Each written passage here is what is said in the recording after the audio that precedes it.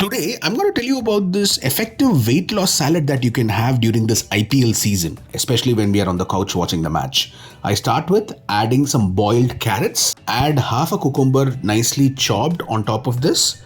We then top it up with some baby corn. Again, this must be boiled. We then add some tomatoes, maybe half a tomato nicely chopped, half an apple nicely chopped.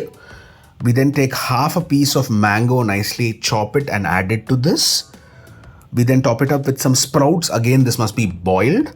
Ensure you don't add salt as a part of these ingredients because otherwise it becomes doubly salted. We then add some boiled peanuts. This will form the base of your salad and will provide us a good source of protein.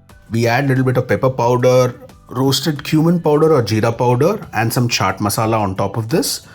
Add some honey to top it up with, and a little bit of coriander leaves to have a nice garnishing. Mix this well. Your effective weight loss salad is now ready to be had. Please like and subscribe and share your thoughts.